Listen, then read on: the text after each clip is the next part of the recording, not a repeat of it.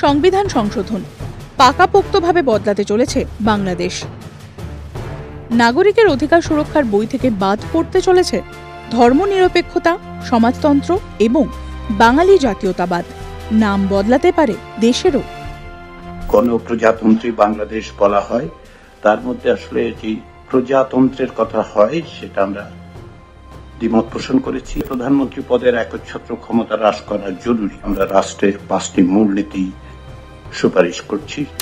স্বাধীনতার পর সংস্কার, ছাত্রদের এই দাবিকে সামনে রেখে রাষ্ট্র মেরামতির কাজে হাত দিয়েছেন অন্তর্বর্তী সরকারের প্রধান উপদেষ্টা ডক্টর মুহাম্মদ ইউনূস।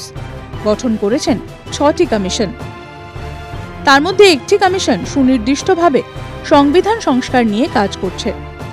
বুধবার কমিশন তাদের রিপোর্ট জমা দিয়েছে। সংবিধান সংস্কার কমিশনের সঙ্গেই এদিন অন্তর্বর্তী সরকারের উপদেষ্টাকে রিপোর্ট দিয়েছে নির্বাচন ব্যবস্থা সংস্কার, দুর্নীতি দমন এবং পুলিশ প্রশাসন সংস্কার কমিশনও। একটা নতুন দেশ, নতুন বাংলাদেশ তৈরি করার স্বপ্ন নিয়ে এটার কাঠামো রচনা করার কাজ আপনাদের হাতে দিয়েছিলাম কমিশনের মাধ্যমে। স্বপ্ন আছে, এখন সেটা স্বপ্নগুলোর রূপরেখাগুলো খুলে ধরার জন্য। সংস্কার কমিশনের শীর্ষে অধ্যাপক ডক্টর আলী রিয়াজ। এই কমিশনে রয়েছেন আরো 8 সদস্য। লক্ষাধিক মানুষের জনমত নিয়েছেন রাজনৈতিক দলগুলির মতামত এবং নাগরিক সমাজের সুচিন্তিত বক্তব্য। এসবের উপর ভিত্তি করে আলোচনা এবং পর্যালোচনা করে ডক্টর ইউনূসকে নিজেদের সুপারিশের কথা জানায় সংস্কার কমিশনে। সেখানে 72-এর সংবিধানে কাঁটা ছেঁড়ার কথা বলেন অধ্যাপক ডক্টর আলী রিয়াজ। পুরনো যে নীতির উপর ভিত্তি করে সংবিধান রচনা করা হয়েছিল সেই 4 নীতির মধ্যে 3টি বাতিল করার কথা বলা হয়েছে সংবিধান সংস্কার কমিশনের রিপোর্টে।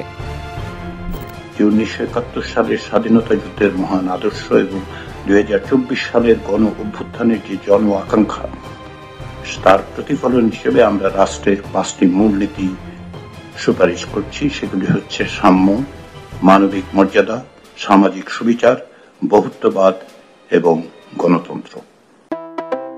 শেষ নির্বাচনে বাংলাদেশের জাতীয় সংসদের আসন সংখ্যা ছিল 350। এর মধ্যে 50টি আসন ছিল মহিলাদের জন্য সংরক্ষিত। সংবিধান সংস্কার কমিশন বর্তমান জাতীয় সংসদ ভেঙে দ্বিকক্ষ বিশিষ্ট সংসদের সুপারিশ করেছে। মোট আসন হবে 505টি। নির্বাচিত জনপ্রতিনিধির আসন সংখ্যা হবে 400। 100টি আসন মহিলাদের জন্য সংরক্ষিত। 400 আসনের 10% থাকবে তরুণদের জন্য, আর বাকি 105টি আসন বরাদ্দ হবে উচ্চকক্ষের জন্য, যেখানে থাকবেন মনোনীত সদস্যরা। জাতীয় নির্বাচনে অংশগ্রহণ করার বয়সসীমা 25 থেকে কমিয়ে 21 করার ভাবনা চিন্তাও রয়েছে তাঁদের।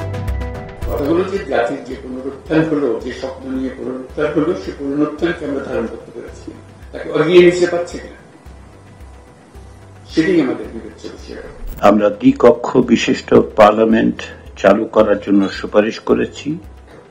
এই দ্বিকক্ষ মিলে যাতে করে সকলের প্রতিনিধিত্ব থাকে, তার জন্য একই সঙ্গে সংখ্যাগরিষ্ঠতার ভিত্তিতে নিম্নকক্ষ কিন্তু সংখ্যানুপাতিক প্রতিনিধিত্বে উচ্চকক্ষ তৈরি করার জন্য সুপারিশ করেছি। সংবিধান সংস্কার কমিশন তাঁদের সুপারিশে প্রধানমন্ত্রীর একচ্ছত্র ক্ষমতায় হ্রাস টানার কথা জানিয়েছে।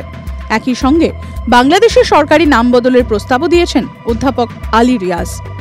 প্রধানমন্ত্রী পদের একচ্ছত্র ক্ষমতা হ্রাস করা জরুরি এবং যাতে করে তিনি একক ইচ্ছায় নির্বাচন কমিশন সহ অন্যান্য সাংবিধানিক প্রতিষ্ঠান এবং সশস্ত্র বাহিনীর প্রধানদের নিয়োগ দিতে না পারেন, সেজন্য আমরা এগুলো জাতীয় সাংবিধানিক কাউন্সিলের কাছে অর্পণ করার সুপারিশ করেছি। বাংলাদেশকে যেভাবে গণপ্রজাতন্ত্রী বাংলাদেশ বলা হয়, তার মধ্যে আসলে যে প্রজাতন্ত্রের কথা হয় সেটা আমরা দ্বিমত পোষণ করেছি। আমরা বলছি বাংলাদেশ পরিচিত হওয়া উচিত জনগণতান্ত্রিক বাংলাদেশ হিসেবে। গণতন্ত্র, মানবাধিকার সুনিশ্চিতকরণ এবং সরকারের দায়বদ্ধতার বিষয়গুলোকে সামনে রেখেই রিপোর্ট পেশ। সংবিধান সংস্কার কমিশনের সিংহভাগ বক্তব্যই বিএনপি, জামায়াতে ইসলামের মতো রাজনৈতিক দলের দাবির সঙ্গে সামঞ্জস্যপূর্ণ। অন্যদিকে আবার ধর্মনিরপেক্ষতা, সমাজতন্ত্রের মতো বিষয়গুলোর ওপর কোপ পড়ার বিরোধিতা করছে বাম দলগুলি। তবে শেষ পর্যন্ত কোন নীতিতে শিলমোহর পড়বে আর সোনার বাংলায় কে বা কারা এতে লাভবান হবে তা বলবে সময়ই।